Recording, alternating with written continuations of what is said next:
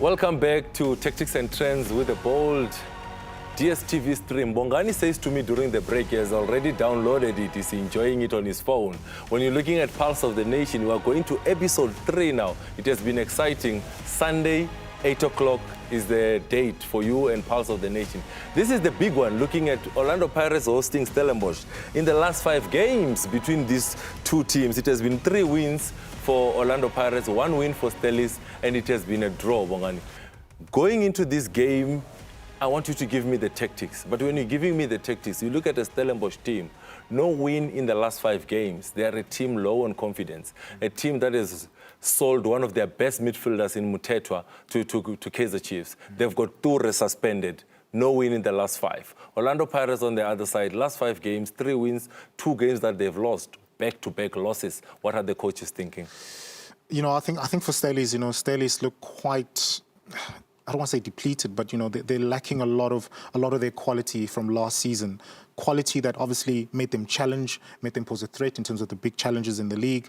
But with that, they still have some potential. They still have an Adams in there. They've got a Reyners, they've got a De Jong, who can always pose a threat. Titus, incredible pace. I mean, you can imagine him going down these sides right here. So it becomes sort of like a guessing game. If I were to just swap these two around, purely because, in the midweek game, they would have set up in this manner, I'd love to see Titus and Marco. Marco's not the slowest player. Yeah. Marco has the speed, he can recover. So Titus will have his job cut out for him on that side. And for Adams, I imagine Adams plays more sort of tucked in. He comes to these areas right here. That's where he's so dangerous. De Jong, probably more your sort of number 10, and then your outright number 9 is obviously Reyners. Always on the last line of defense, looking to get in behind. And once he gets into these areas here, he's so tight in his touch, Reyners. I mean, he can beat you one-on-one. He can come in, come short, secure the touch, get other players involved. So there is quality. There is quality in the Staley side, but the question is Van Rooyen ready? I would imagine so. I'd imagine, he would have recovered. He's a skipper, and it's a semi-final. You always want to be part of it. It's a once-off game. Whatever it is that they've had to deal with, I think he'll be ready for this game. Ndlondlo was suspended in the game against Mamelodi Sundowns. He could not feature for Orlando Pirates. You slot him back into the starting lineup. Yeah. But when you go to studio this evening, you are raving about a Kimvuidi, but you don't put him in the starting lineup. Yeah, I mean, look, purely because, if you look at Ndlondlo and Maswanganyi, they've sort of linked up very well together. They found each other. I always said, as a defender, when 2 strikers pass the ball to each other, you're going to be busy as a defender. But now when you've got midfielders that find each other, look for each other, and have that understanding, it is such a plus for the team. And they've already proven, valuable in terms of providing goals and assists with their combinations. I think Kimvuidi going forward, he's definitely a plus. He's very different to what Pirates have, but it's still early days for him. I think he'll work himself back into the side soon. How will they set up in the final third? That is Orlando Pirates, Bongani, as we finish this tactical discussion. You're looking at Maswanganyi, Hoto, Saleng. Which positions do they take up? Yeah, I think for Hoto, if you watched him in the week, he was more on this left-hand side, did very well there. Saleng will probably come into these areas right here sometimes. Maswanganyi comes in the middle. Ndlondlo, we know, yes, certainly as a 10 forward pass, that's where you want him. You want him offensive. Munari, more often than not, will be sort of the deeper lying player. But essentially, going forward, this is generally, the positions that they will take up. And then from these areas, they always, Saleng's not afraid to join in. He's not afraid to run in down the line on this side. Hoto mostly will hit the channel, hit the sides, try to get the crosses in. Now, I want to come in here, Bongani, and I want to highlight this area because for me, this area is going to be key. That's the area because you'll find that a De Jong and an Adams will come here and become a double 10 for Stellis. Yeah. How do they deal with it? You've already highlighted the other key battle side, which will be Marco and Titus. Now, let's also look at this man. He did not get a lot of joy against Mamelodi Sundowns, that is Lipasa. Yeah. Those are some of the key battles that we're going to be seeing, Bongani. Yeah. Who's winning those battles that I've highlighted? Yeah, Unfortunately for Lipasa, Sundowns basically suffocated his team so much that he hardly had the ball. He hardly had opportunities to be on the ball even. But I believe in this game, there'll be a lot more space available to his teammates. Therefore, he'll be a lot more effective. He started the season so well, high on confidence. I would back him to do well in this game. If I go to the middle of the park with Munare has to be very, very clever in terms of shielding that front two. You have to be in the right area relative to the ball. Munare, for me, he can do the screening job on both sides. He really, really can with that. And the most important part is, for CBC and Koki, make sure that you don't leave Reyners lurking alone. Make sure that he's in front of you. You know where he is at all times.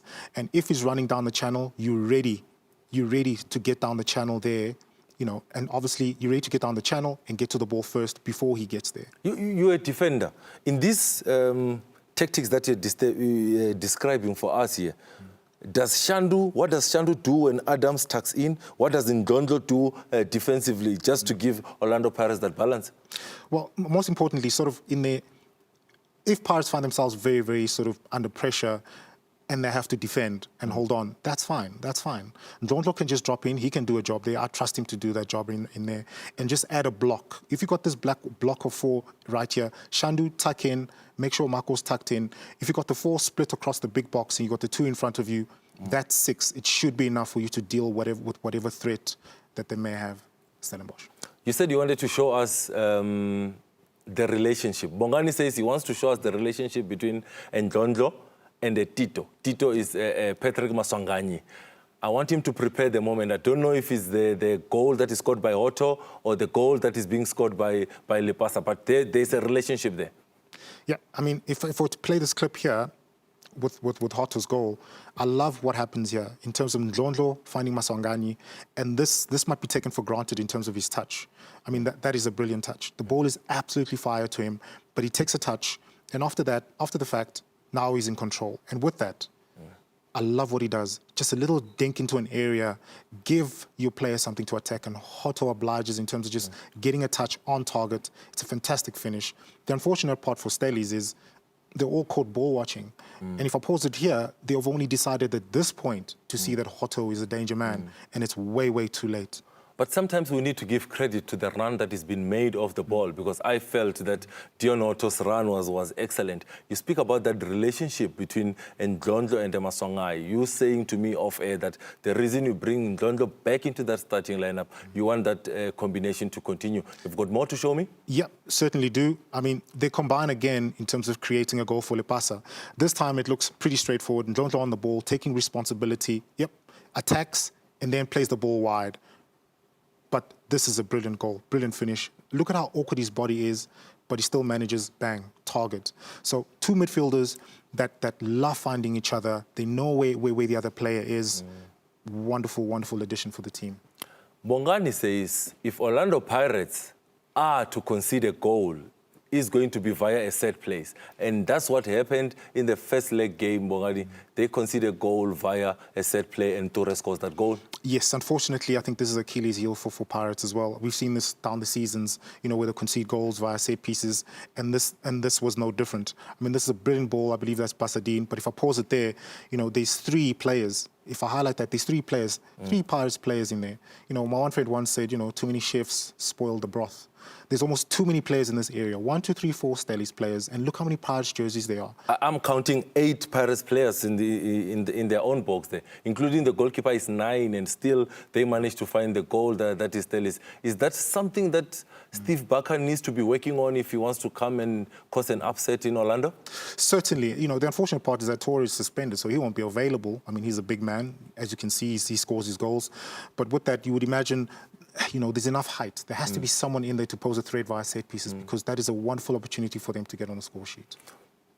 You said Mamelodi Sundowns are going to the final before the break. Yeah. Who's joining Mamelodi Sundowns in the final? I think Pirates. are well favourites in this game, so they'll definitely edge it through. I believe they should win this fixture 2-0. 2-0. Who's scoring the goals? For the goals, I think Lipasa will be on the score sheet again. And, for the other goal, I think that's such a tough one. Let's give Maswanganyi a chance. You give him Maswanganyi and Lipasa to score? Yeah. You saying the defending champions in Orlando Pirates are going to the final to meet Mamelodi Sundowns. Yes. Mamelodi Sundowns beat Orlando Pirates midweek in the league, though. Yes. Yes. That's your final take on this. Yeah. People are listening to you at home and they're jotting down.